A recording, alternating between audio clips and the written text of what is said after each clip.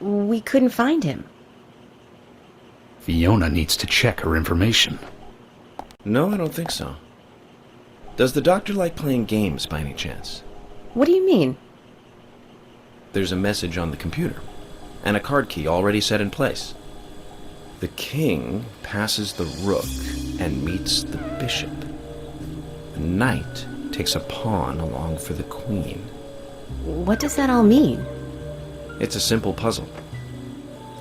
Zach, let's take him up on his challenge. You can do this, right?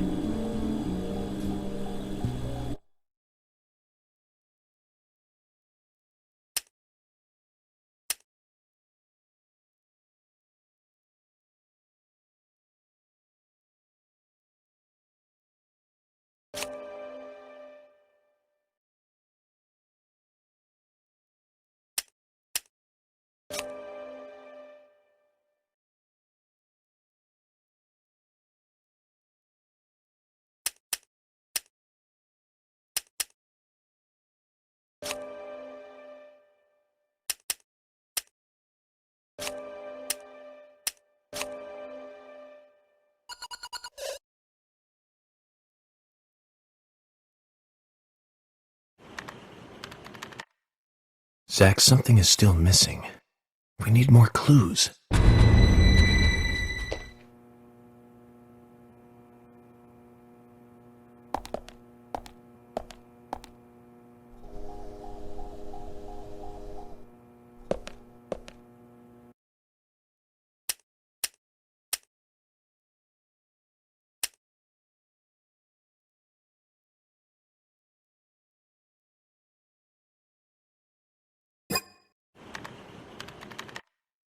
Zach, something is still missing.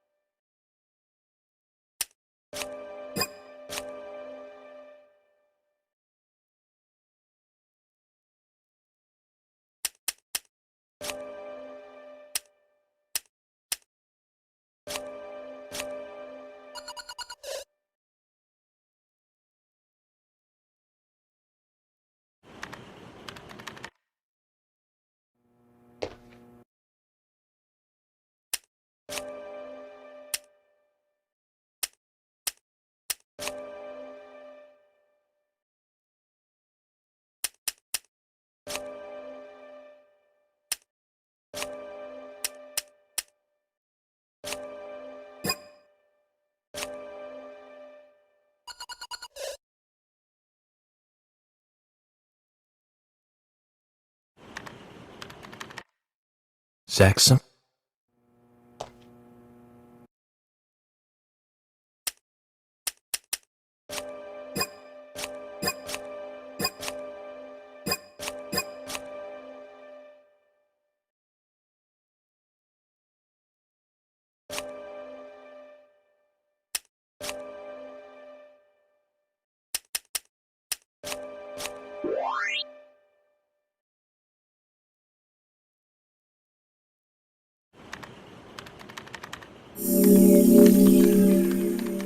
The doctor awaits below with the deceased.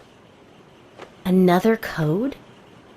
But there's nowhere to insert a password. More games. I'm going to get Fiona to call Usha up here right now. No need, George. The message appeared with the card key. It's telling us where to use it. This is not the time to be joking around, Agent Morgan. Dr. Usha is below with the deceased. With Anna. Below being underground, I take it. Simple. Simple. Then it's time to meet the mischievous architect of this little game. Nah.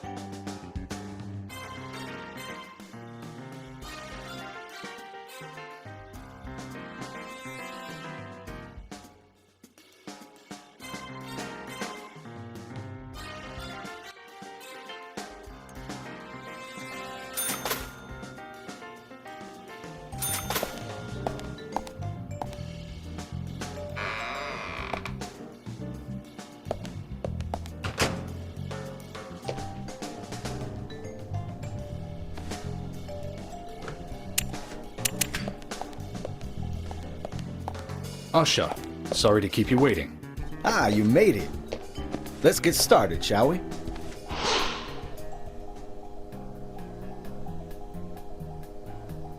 This is Agent Morgan from the FBI.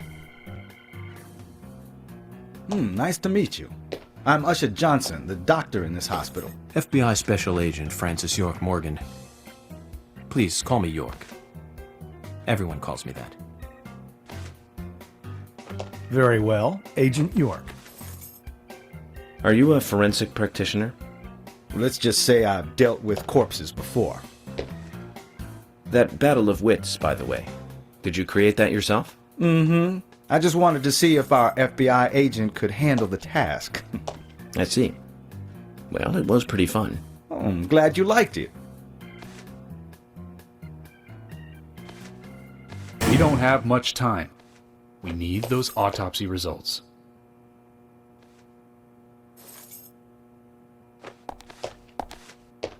Next time, try challenging us without obstructing an investigation.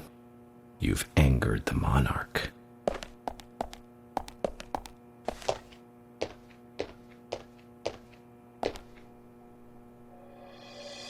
From the onset of rigor mortis, the stiffening of the muscles, the time of death is estimated to be between 20 and 2200 hours. That's still quite early for such a crime to take place. Note that there are 2 exterior wounds, pressure marks around the neck, and a long cut running from chest to abdomen. Blood marks on her right hand tell us she was gripping something round in her right hand.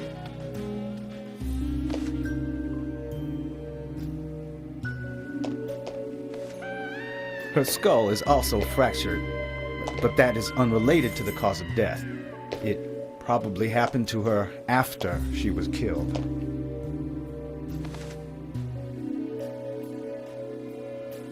Now, I first thought death by suffocation, due to the marks on her neck. But after further investigation, I now have a different conclusion. The direct cause of death was loss of blood from the wound.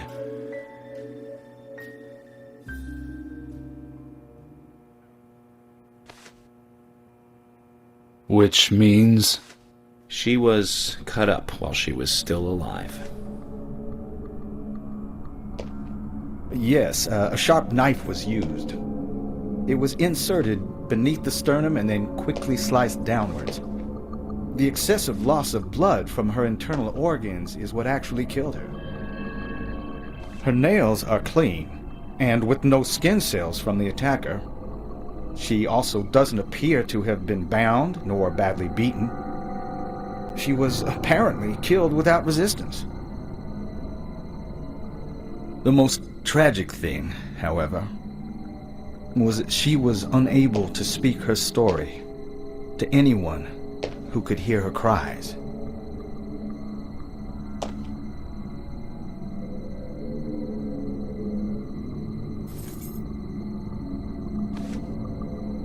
The perpetrator cut out Hannah's tongue. Well, I believe she was drugged first to phase her consciousness, and then the killer killed her. Now, the killer most likely has a deep, traumatized past concerning women. He probably cannot converse with them normally. Cutting out the tongue suggests a very lonely individual. Either that or a truly hardcore sadist.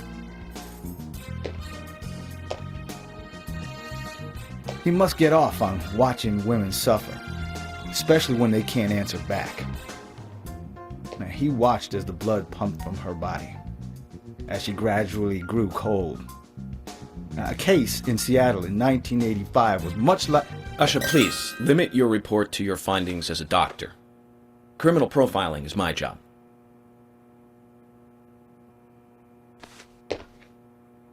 You're wrong, also. Anna died fully, deeply, painfully aware of what was happening to her. But, Tell me, what time did it stop raining on the night Anna was killed? Just before I went to bed, right after the movie on TV ended, so around 1 a.m. What movie was it? An American Werewolf in London. Directed by John Landis, 1981. So the rain stopped, accompanied by the ending song, Blue Moon. George, would you mind if I examined Anna myself? What more do you hope to find? I'm sure I mentioned that I have a personal interest in cases like these.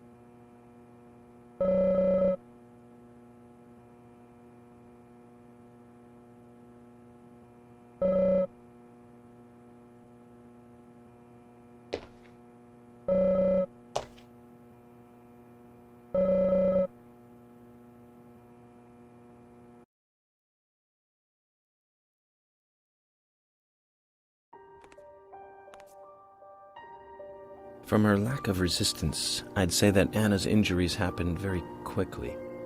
Unable to speak, she was then left to cry herself to death. Zach, it's all starting to come together. The perpetrator stayed with her for at least 2 hours until it stopped raining. At the estimated time of her death, it was still raining, but you can still see tear marks on her cheeks. That means she was killed under a roof somewhere. She was then carried into the woods after it stopped raining. There's one other thing. Her tongue was removed with a very blunt knife. In fact, it's more likely it was simply chopped off. Asha, are you a passionate man? Well, not particularly, but I am man enough should the moment call for it. George, how about you? I'm very passionate. Yes. Especially when it comes to women. But I don't see what that has to do with anything. George, the perpetrator is just like you. He's passionate about women. He's a passionate kisser. This was a kiss of death. The perpetrator bit off Anna's tongue. We'll never get a dental print from a wound like this. But this is still a big lead.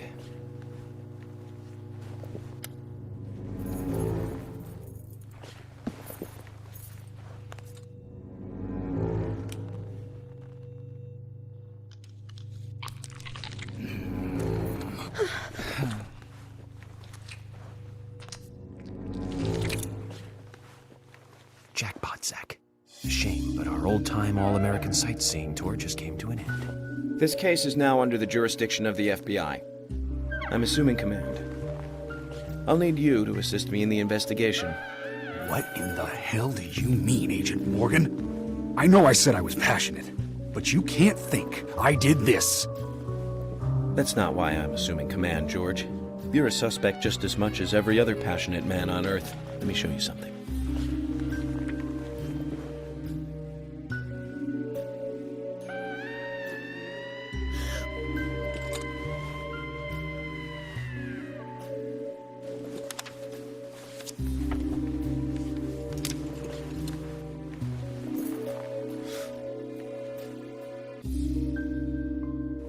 There you go. Amazing, huh? I'm sure you have a lot of questions, but most of the details are top secret.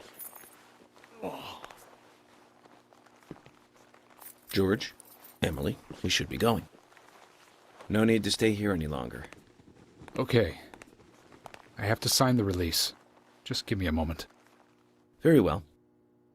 I'll go on ahead. I can't take it any longer down here.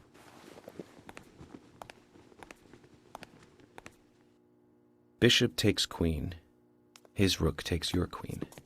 Then your knight takes rook. And checkmate. Huh?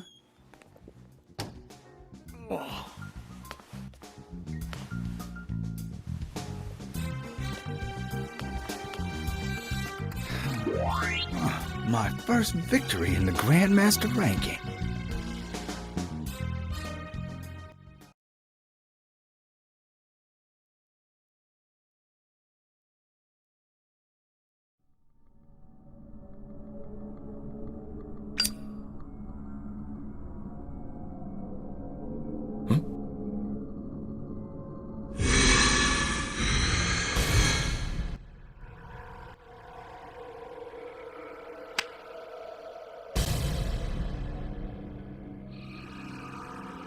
Zach, they're here.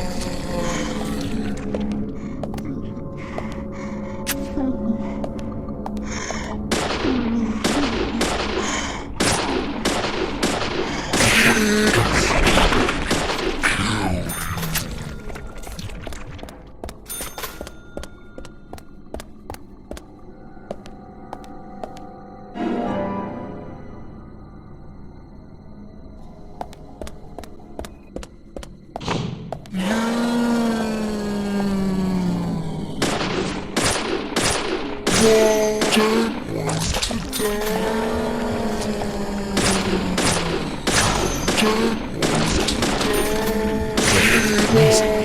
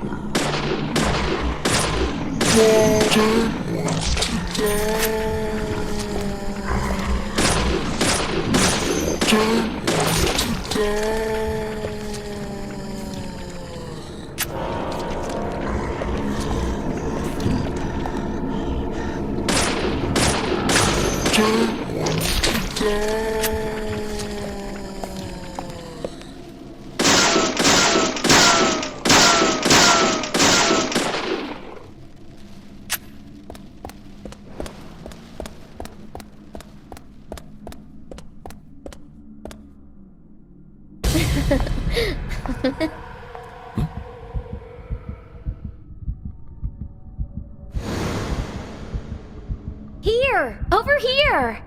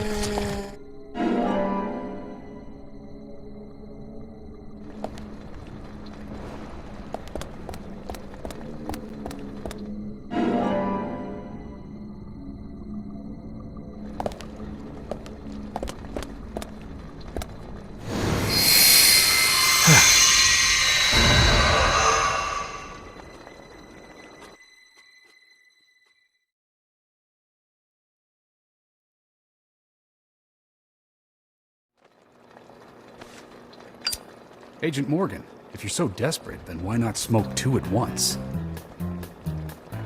It...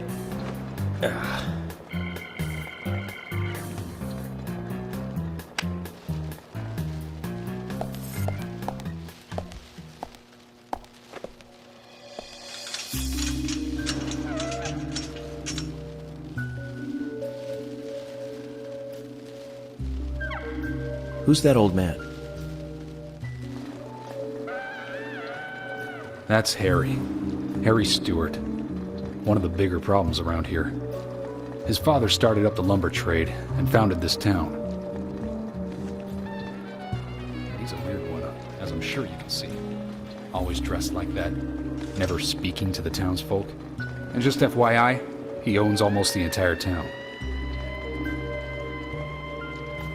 Not that that makes any difference. So long as I'm around, he won't be getting away with any funny business.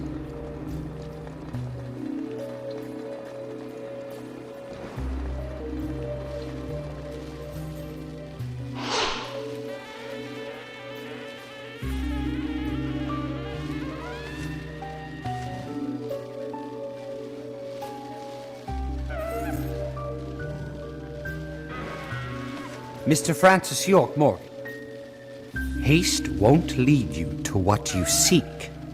Keep your eyes focused on your footing as we speak. So says Mr. Stewart.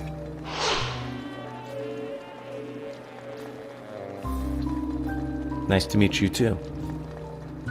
How did you know my name?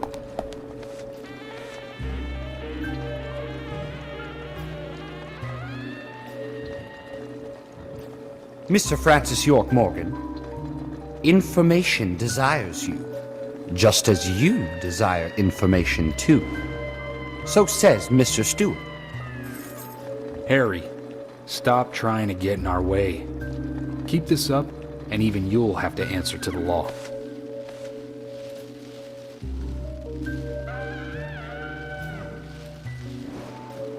Mr. Francis York Morgan, with each rain our town goes mad.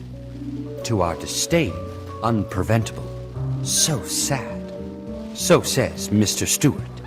Thanks for the warning. Then we shall depart, Mr. Francis York Morgan.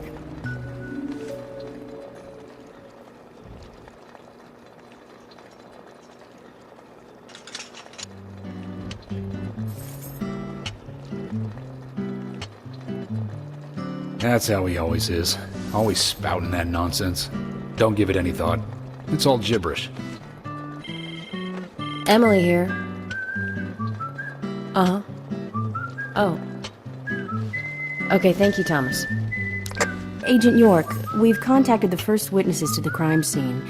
You can interview them where they found the dead body. Excellent. I was just about to ask if you could take me there.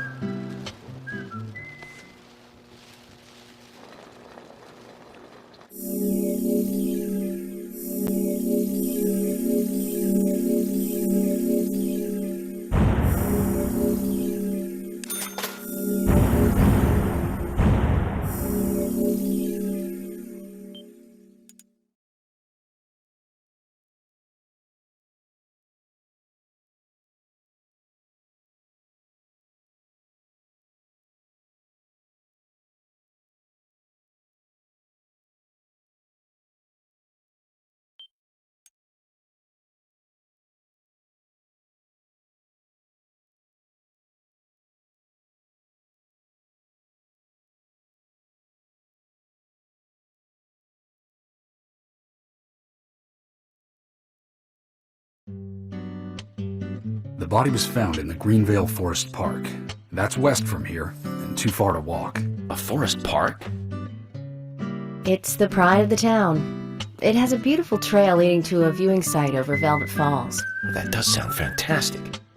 Show me the sights. That may have to wait.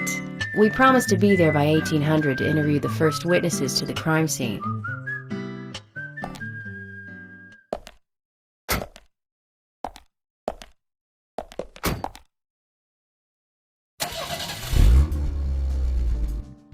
Agent Morgan, if I could just give you a friendly warning. Are you really upset about me taking over the case? I have the authority approved by the FBI to assume command. I understand you don't like it, but you will follow my orders. I'm not disputing FBI authority, but this is our town. You won't get far alone, and you gain nothing by antagonizing me. It's part of my personality. I just do things my way. I can take you off the case if you wish. Stop it, you two. We need to solve this case, not bicker among ourselves.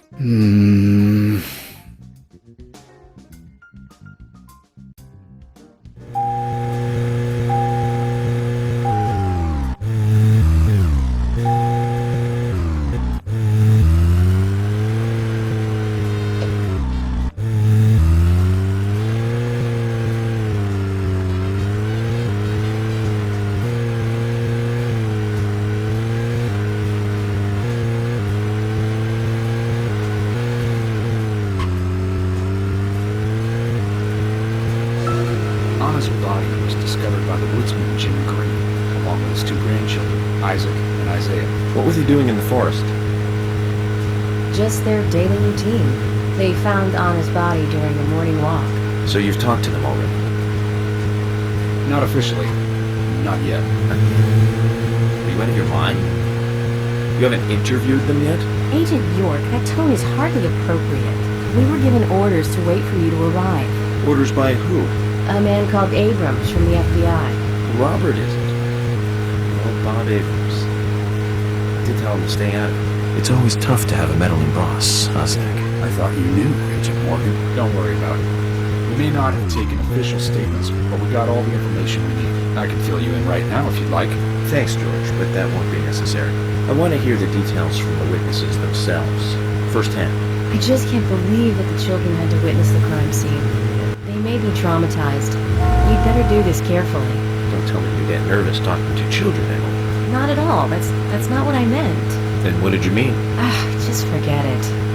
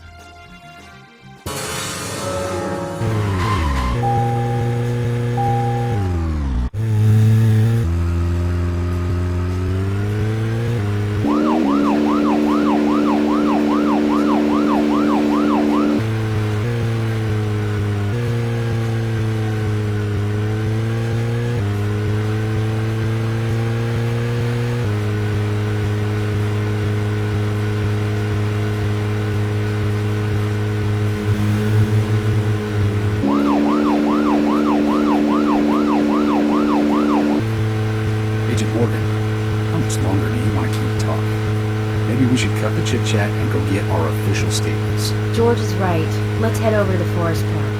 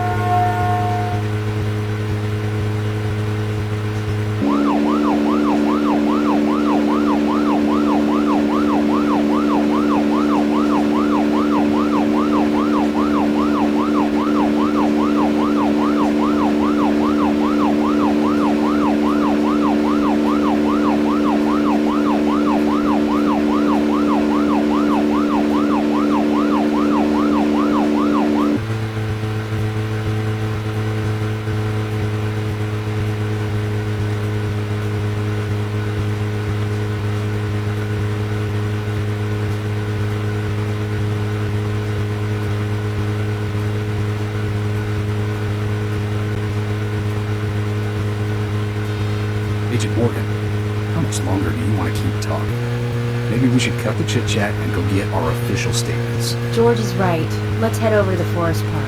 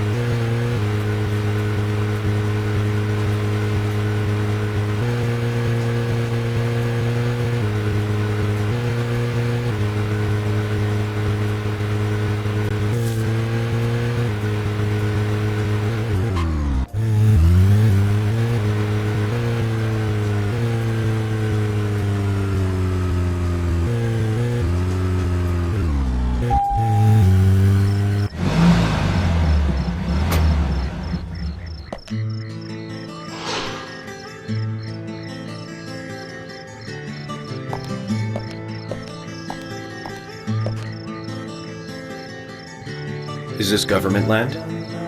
No, it's private. Owned by Harry. This whole area? That's right. I'm sure I mentioned that he owns pretty much the whole town. He used the money left by his father to buy up most of the town. Many town residents live on his land. Zach, did you hear that? This entire park. A rich man's personal playground. These country rich folk are amazing. It all looks very well kept, too.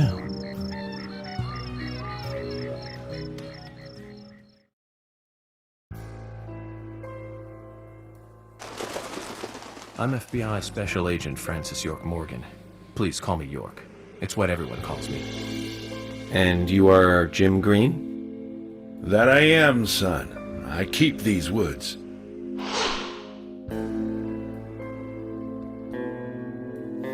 Well, you're doing a fine job. Well, I used to be a tree surgeon. And these two discovered the body? Yes, my grandchildren, Isaac and Isaiah.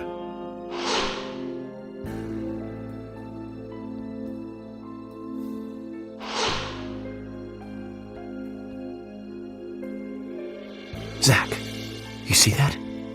Twins. Just like in my dream. We gotta keep an eye on these two. I'm sorry. Could we talk away from the boys? I want to help your investigation, but I don't want them to hear this. Very well. Emily, please. I'll just take them over there then. Thank you. Hold on. Don't do anything without asking me. These children were the first to witness the crime scene. I want to talk to them. Come on, they're just kids. They have no idea what really happened to Anna. That doesn't matter. You agree with me, right, Zach? How heartless. Do you ever think of other people's feelings, ever? Emily's right. That's stone cold, even for the sake of investigation. Children see things in pure, simple terms. They may have seen something we adults would never spot, and they are here at our request as well. We could at least chat with them and see if they want to make a statement. Are you serious? I never joke about matters like this. Oh my God. Don't worry. They aren't as fragile as you think. Look at them, standing so upright there.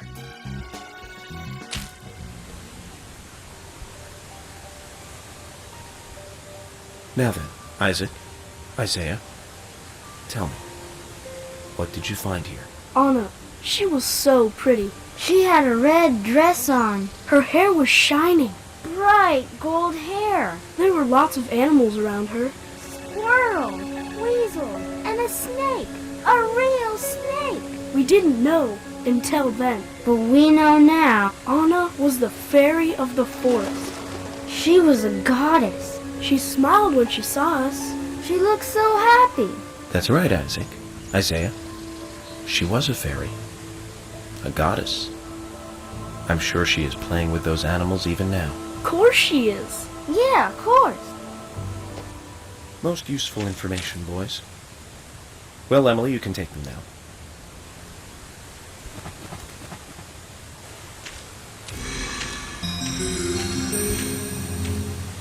Okay, Zach. This is where Anna's body was. And that means our unsub, our unknown subject, was here too. So, what happened here?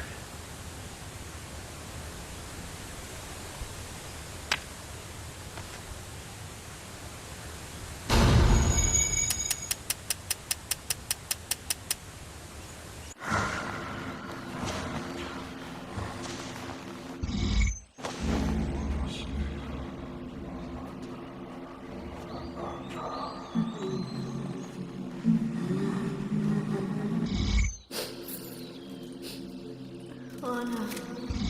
Ow! Crap! Jeez! I hate this. Why did it come to this?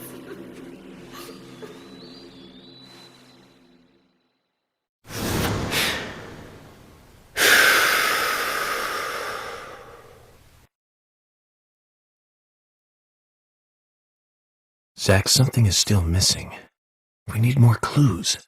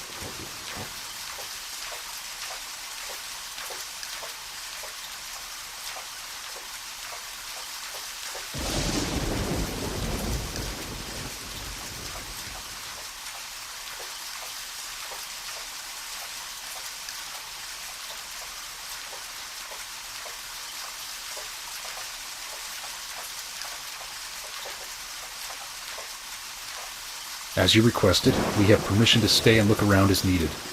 But what are you planning on doing? To examine the scene, of course. Basic Crime Investigation 101.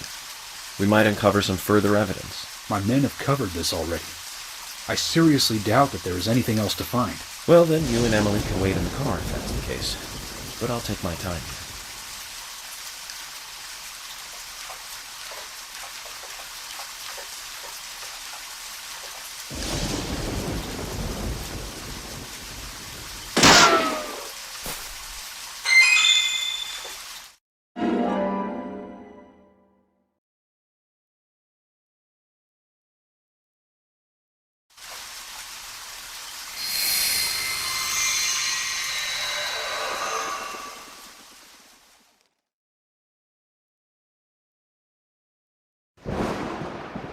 Haven't seen one of these in a long time. It's upside down. I guess this is meant to be an anti-peace sentiment then. These holes on the ground were made by high stiletto heels all around here. And this depression here, Agent Morgan, I see what happened here.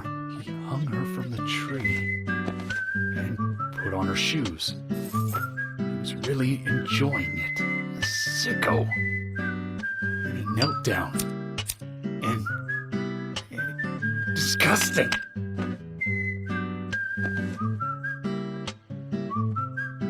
George, you certainly have a vivid imagination. An interesting theory. Don't you think, Zach? What was his name again? That Hollywood producer. That's right. Joel. We really ought to introduce George to him, Zach. Profiling is a little different from writing a screenplay, though. An idea being interesting doesn't make it fact. Let me enlighten you, George. The footprints reveal that one of the heels were missing from the shoes. And they're different from Anna's shoes that we saw at the office. Furthermore, there would be even more disgusting evidence if he did kneel and, well, do as you suggested. If you want proof, go ahead and try it for yourself. He knelt here for a reason other than simple perversion. Zach, what was he doing in front of Anna?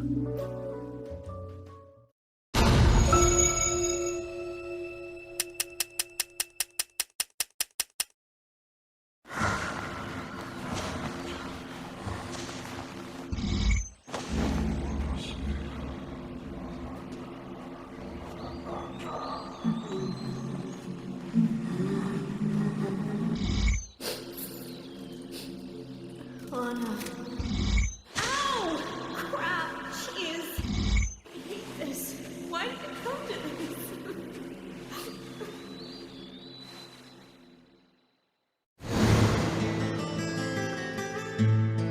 Now I get it. He was kneeling to pray in front of her. Just like the twins said. She was a goddess. The unsung, our unknown subject, offered prayers to Anna's honor. Its big mouth, tongue, and massive body wound. Once dead Anna was transformed from an object of despite into one of worship. So who is Miss Stiletto Heels? The steps are close coming up to the body, and then farther apart going away. There was a reason to hurry away then. That settles it then, George. Miss Stiletto Heels is a third party here. She's not the murderer. No one runs away from an object of worship. She could be another victim who was with Anna. Or perhaps an accomplice who fled for some reason. She is also one who took whatever it was Anna was holding on to in her hand. But why? Why did she leave her here? Only Miss Stiletto Heels knows the reason for that. She might know something about the man with the reversed peace mark, too.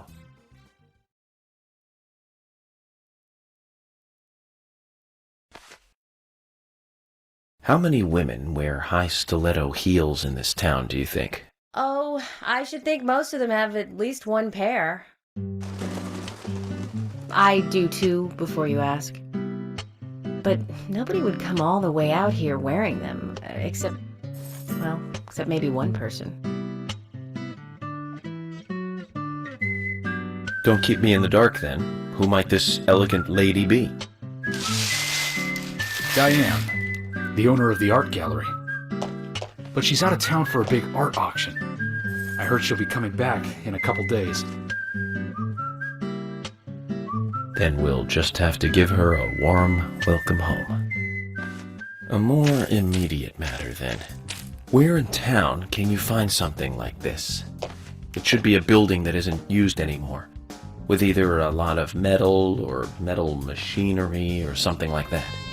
The old lumber mill. Then it's time to really get this show on the road. Could you guide me to this perfect setting for extravagant murder?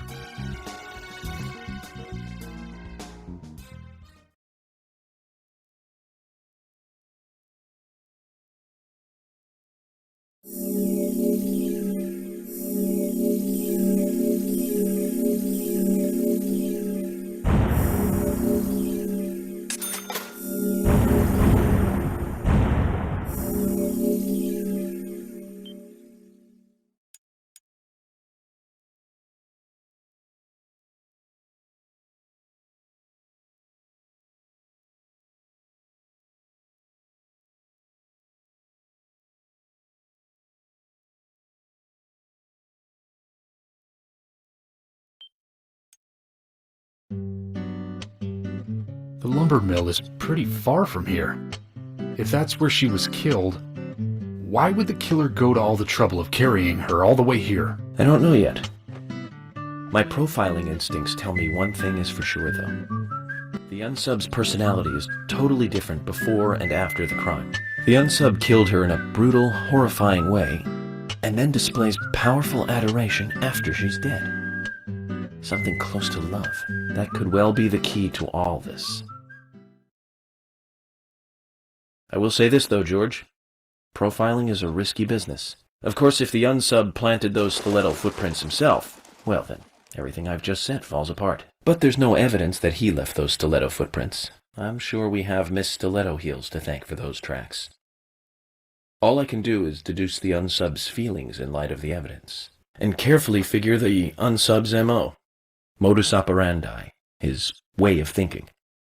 It usually unveils something that a normal forensic analysis may overlook. That's my way of profiling. It's not for everyone, but it works for me.